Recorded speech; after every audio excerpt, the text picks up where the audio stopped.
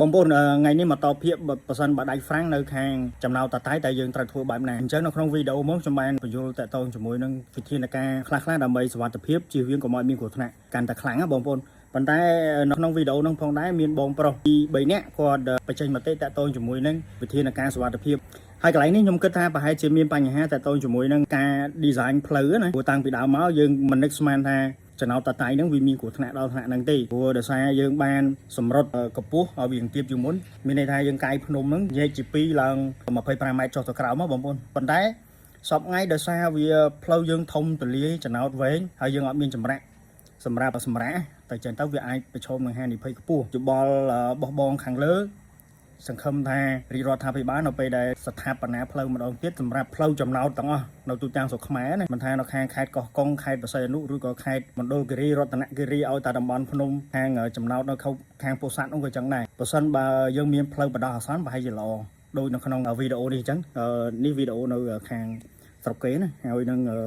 អញ្ចឹងបងប្អូនអាចស្ដាប់មតិយោបល់របស់បងប្អូនប្រជាពលរដ្ឋដែលគាត់ជាអ្នកដឹកទំនិញហើយនឹងប្រើប្រាស់ផ្លូវ48អញ្ចឹងក៏អាចមានសារៈប្រយោជន៍សម្រាប់ក្រសួង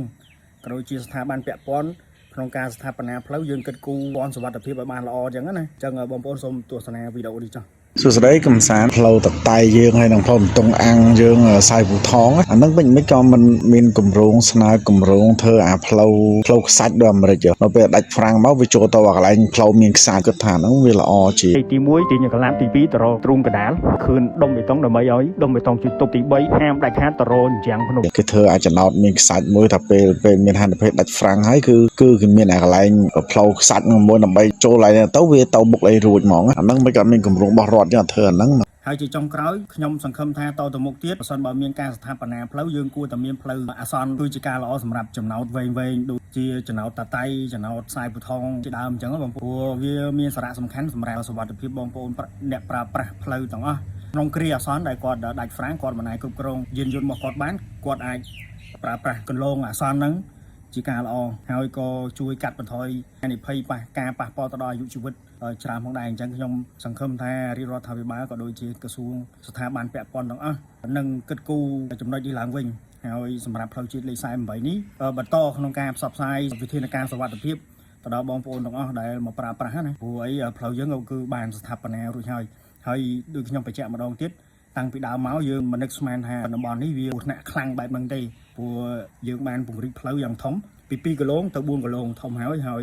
មួយទៀតយើងបន្ថយអន្ទង់អាំងពីមុនអន្ទង់អាំងច្រើនឡើងមកអន្ទង់អាំងតិចហើយចុងក្រោយនោះគឺយើងបានសម្រុតភ្នំយើងពុះភ្នំជា2សម្រុតឲ្យវាទាបប៉ុន្តែគ្រប់ការងារទាំងអស់ដែលខ្ញុំបានរៀបរាប់មិញហ្នឹង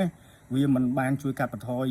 ហានិភ័យទេប៉ុន្តែសប្តាហ៍ថ្ងៃហ្នឹងវាទៅជាហានិភ័យខ្ពស់វិញដោយសារបងប្អូនប្រជាពលរដ្ឋយើងអ្នកជាពិសេសអ្នកប្រើប្រាស់ផ្លូវបើកបរគាត់មានអារម្មណ៍ថាស្រួលជាងមុនអញ្ចឹងទៅគាត់មិនសូវយកចិត្តទុកដាក់អញ្ចឹងណាវាមិននិយាយទៅមិនសូវប្រុងប្រយ័ត្នខ្ពស់ទៅអញ្ចឹងទៅវាអាចបង្កហានិភ័យច្រើនហើយខ្ញុំជឿថាបងប្អូននៅម្ដុំតាតៃហ្នឹងក៏មានការបារម្ភខ្លាំងដែរព្រោះអីគ្រោះថ្នាក់ច្រើននៅក្បែរផ្ទះគាត់អញ្ចឹងណាអញ្ចឹងវីដេអូនេះខ្ញុំមានប៉ុណ្ណឹងសូមអរគុណច្រើនជួបគ្នាវីដេអូក្រោយ